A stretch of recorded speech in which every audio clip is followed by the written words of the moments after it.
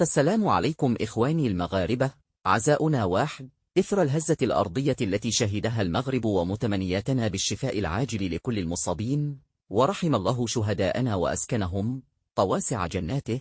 في هذا الفيديو نستعرض عليكم أهم ما قاله الإعلام العربي عن الفاجعة، وعن آل التلاحم وآل التآزر بين الشعب المغربي. فرجة ممتعة، ولا تنسوا الاشتراك في القناة وتفعيل زر التنبيهات ليصلكم كل جديد، وشكرا. فرجة ممتعة.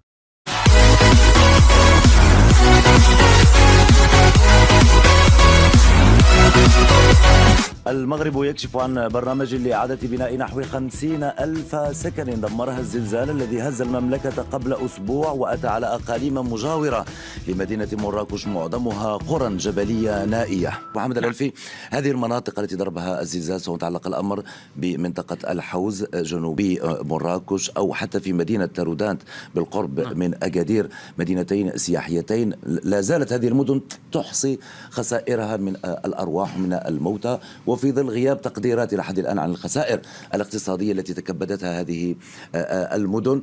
هيئة المسح الجيولوجي الأمريكية تقدر الخسائر بنحو 10 مليارات دولار. هل سيهب برأيك المجتمع الدولي لمساعدة المغرب في إعادة الإعمار، أم ربما أن هذا التضامن محمد حركات تضامن المغربي ومغاربة الخارج سيكفي لسد ما حصل ولإعادة إيواء إعادة إعمار المناطق المنكوبة في المملكة المغربية؟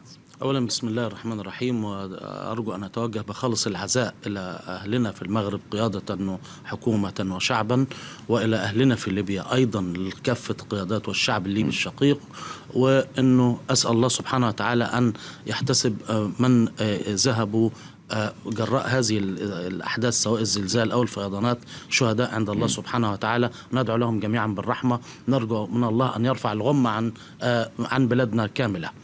أولا ما حدث في المملكة المغربية هو نموذج تضامني ليس جديد على الشعب المغربي، وهنا أقول يعني ما فعله أهلنا في المغرب الذين هبوا لنجدة أهليهم في المناطق المتضررة يذكرني بهبتهم في نداء المسيرة الخضراء إلى الصحراء، وبالتالي هؤلاء الأحفاد فعلوا ما فعله نفس الأجداد وقت المحن ووقت ما احتاجتهم البلاد، ودون أي تدبير ودون أي توجيه. وهذه هي روح وطنية، شعب لديه كرامة، لديه عزة، لديه قلب ينبض بالوطنية تجاه مخاطر، يشعر بمخاطر البلاد واحتياجات البلاد والعباد. القوات المسلحة الملكية المغربية وقوات الأمن الداخلي والقوات المساعدة دورهم عظيم إلى حد كبير. وهنا أقول لجلالة الملك محمد السادس: عليك أن تكون شديد الفخر بهذا الشعب العظيم، لأنه بالفعل ما شاهدناه هو أداء رائع وراقي جدا لمجتمع وشعب يشعر بآلام الأمة بالكامل. لم يكن أحد أنانيا في هذه اللحظة. وهذه هي المجتمعات، هناك دولة، هناك شعب، وهذا هو التكامل الكامل بين الدولة والشعب. الحقيقة أنا موضوع التعويضات العاجلة هذا أمر حميد جدا، وأشكر عليه القيادة المغربية وكل من ساهم في هذا. الموضوع الآخر موضوع مغاربة العالم، لهم دور كبير، وهم يعملون على مدار الساعة، وهذا ما أراه بنفسي. ومغاربة الداخل شيء عظيم، شعب محترم في الداخل وفي الخارج.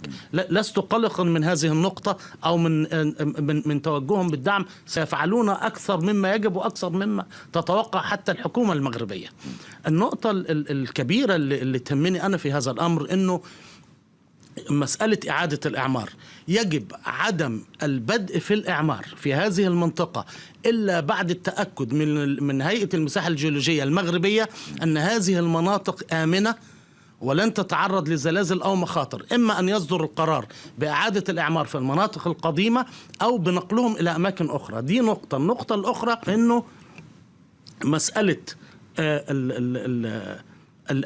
التحرك المغربي في الداخل أبان عن صلابة الدولة وصلابة مؤسسات الدولة وصلابة الشعب في الداخل وتلاحمه حول مؤسساته وقيادته، وده شيء كان نموذج يحتذى به. نعم.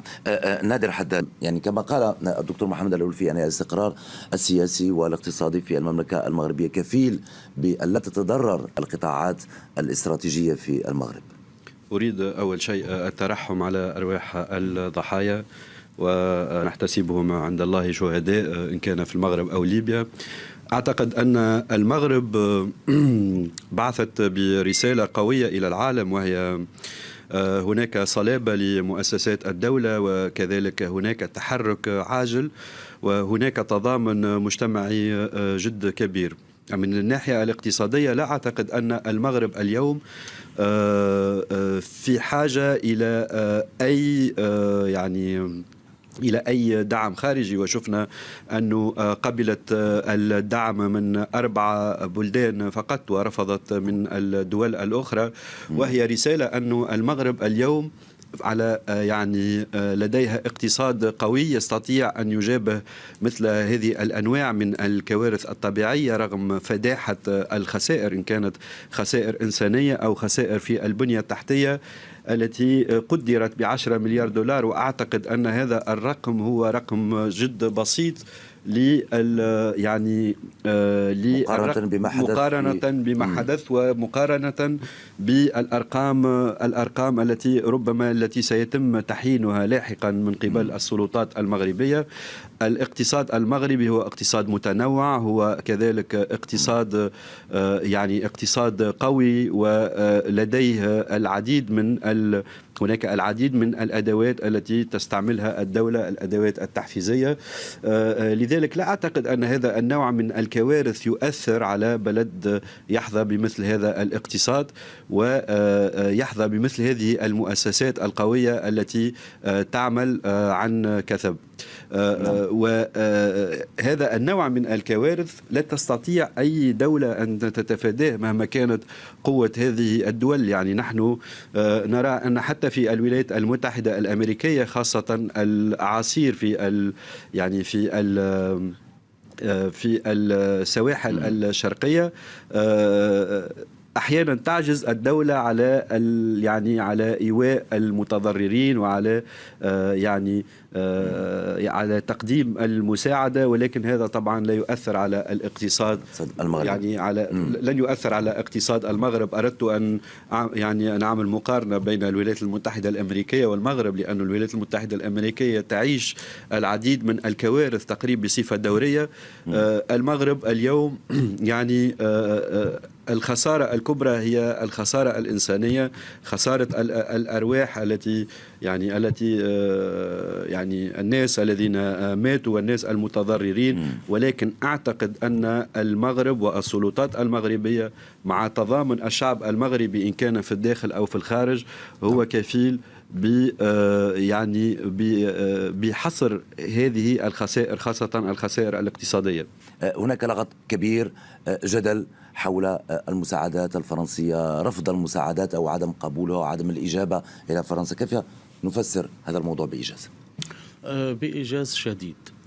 المغرب ألغى مهمة السفير محمد شعبون، إلغاء مهمة السفير، وربما لا يعلم الكثير الفارق بين إلغاء مهمة السفير وسحب السفير للتشاور أو للاعتراض.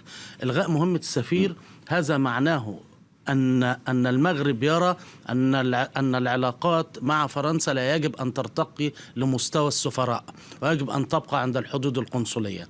ولما تتخذ دولة قرار مثل هذا إلغاء مهمة السفير، فمعنى هذا أنها شعرت بتضرر كبير من التحركات الفرنسية تجاه مصالحها الاستراتيجية وتجاه السيادة الوطنية المغربية، وبالتالي هذا اعتراض مباشر. المغرب قبل وأدخل، حتى نكون الأمور على صواب واضح، الإعلام الفرنسي كان أوله BFM-TV، هي فرنسية، كانت تغطي الحدث منذ اللحظة الأولى بكاميراتها وعدد كبير من المراسلين، لم يمنع فرنسا. المغرب أيضا سمح لمحطات أخرى، القناة الأولى الفرنسية بالدخول، سمح لجمعيات أهلية فرنسية بالدخول، لم يمنع الجمعيات الأهلية، ولكن منع الوجود الرسمي الفرنسي، ما زال معترضا على ما شعر أنه لحق به ضرر من الوجود الفرنسي. إلى ليبيا الآن